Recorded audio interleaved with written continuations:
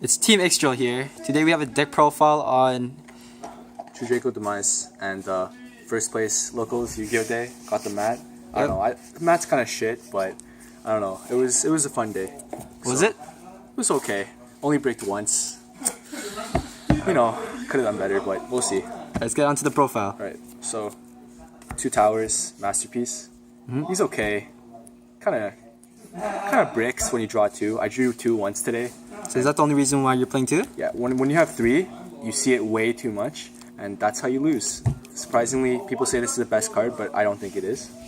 Next, this is the best card. 3 Dynamite. Activates any trap from the deck when your opponent activates an effect. And you can either add to hand or activate it. And basically this powers through your deck and really easy to tribute. So, deck fit. Yep. So in all the True Dracos, I really like them because you can also tribute continuous spells and traps, and they all have effects in the grave. Back at it. 1 Majesty Maiden. Why do you play 1? 1 because you don't want to see it too much. It searches any monster in the deck when your opponent activates an effect. And by herself, she's not really that good. You always need other spells and traps to back it up with her. Her in the trap is the best because you search a monster and then the trap lets you tribute summon on your opponent's turn. Next we play 1 Ignis. He's good going second, but going first he's kind of bad. That's why I keep him at 1. Because his effect is he activates a spell directly from the deck or searches it. So a combo with him is, for example, you have any True Draco spell and trap. You activate it, you tribute for him, your opponent, for example, torrential tributes, you chain him, you get heritage, and you get to draw 2 because 2 were sent to the grave that turn. Next, onto the spells. 1 Stormforth. Pretty standard. Such a good card. Honestly, this is a sack.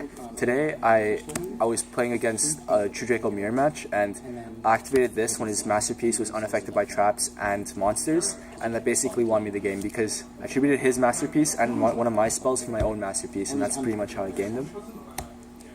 Next, 2 Cosmic Cyclone. Play this because, for example, I hate Imperial Order, I hate back row, I just want to get rid of them, and also 2 Chalice, because it negates monster effects. And the reason, if you haven't noticed, is all of these are quick play because a good combo with Diagram is if you activate this, they chain Imperial Order or they chain Dryden to pop this. You can chain one of these, for example Chalice on Dryden or this on Imperial Order. Then you can go on to use your Diagram to pop your card you just activated, so you get full resource over the Diagram, which is really cool. Why don't you play MST instead of Cosmic? Because True Draco spells and traps are annoying. Everybody knows that. They have effects when they go to the grave. This just gets rid of it completely, which is really nice. Okay. Blitzcrank is the worst. Next, 1 Upstart, 39 card deck. Pretty standard. 1 Regeki. Board wipes are really good. Don't even have to explain this. Yeah. True Draco Demise, not even going to explain this. 3 card Demise. Yeah, Draw Demise. 3 cards. The best card in the game. Never special summon. Yeah. 2 Duality because when I see 3 is kind of bricky. I never want to see more than 1 in my hand. 3 Disciples, basically Pot of Avarice. Shuffles 3 True Draco spells and traps and monsters into your deck. You draw 1, and you can also get an additional tribute summon. So you recycle your whole deck. Basically, Yeah. so you'll never out-resource. It's just a way.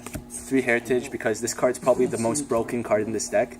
You draw upwards of 3 cards, 1 card for every True Draco spell, trap, or monster that's sent to the grave the turn. Also, like I said before, if you Twin Twister your opponents in the mirror match, their spells and traps, you can draw off them too.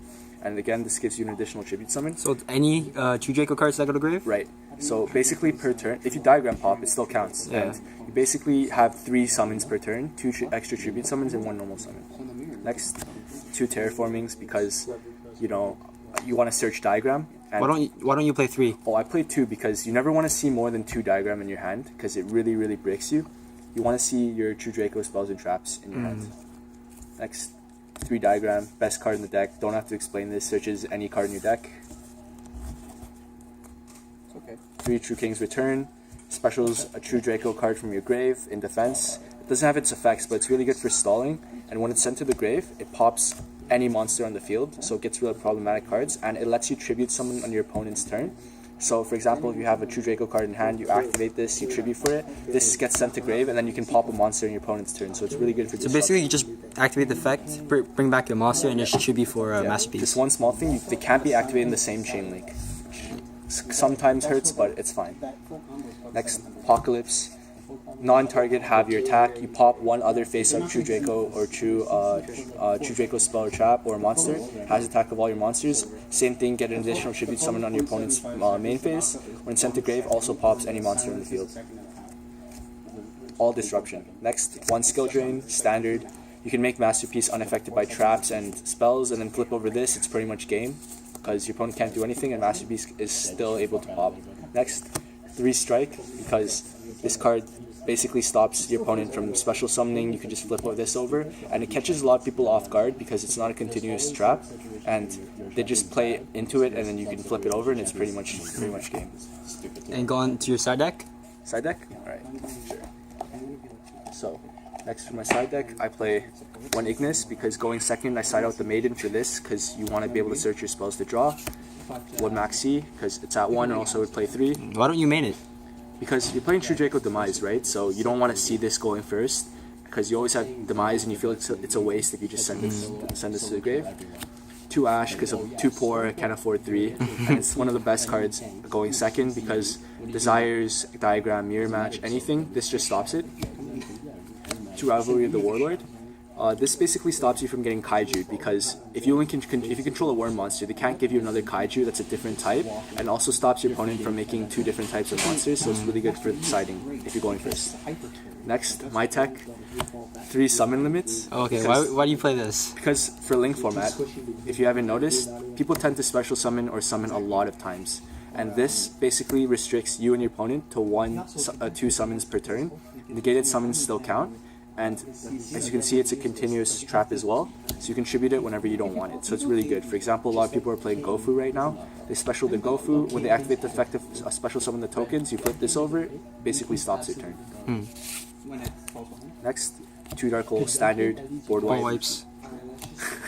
And there's people playing ABCs in my locals today, so I played 2 system downs because it is a good deck for link summoning, and it's really adaptable to it. So I played this today. I didn't really play against ABCs, but it was still okay to side. My last Cosmic, because going second, and Imperial Order, because if you're going first, you make your board, you flip this over, it's pretty much game. Okay. Next, going on to my extra deck. So we got the token from the Yu-Gi-Oh day. So 1 ABC Dragon Buster. You know, you can target a card, banish it, chain to tag out. But why do you play it? Oh, it's a good card, man. Target to banish. You can't even make it. 3k? No, it's good. 1 El Shaddai Shikanaga. Play because it's alti. 1 Supreme Being Zark because it's a good card.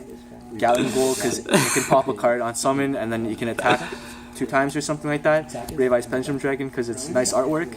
Next, play the Galaxy Eyes combo. Because, you know, 2 masterpieces worth it to make these. This can... No, I don't even have targets, but it's good. This pops face-up cards. Utopia Beyond. I can actually make this because I can put 2 Dynamites. For example, if they make the arc on me, I can summon Utopia Beyond with my 2 Dynamites, and then it gets the 0 attack so you can get over it. 1 Dragulus because it books. For example, they make Beals. I make this, let their Beals face down and pop it. Volcasaurus because 2 level 5s, I can make it pop a monster, they take damage. And then Shark Fortress, OTKs, Freezodon, just another level 5, and 2 Gaia Chargers to stack over them. So that's pretty much it. Alright.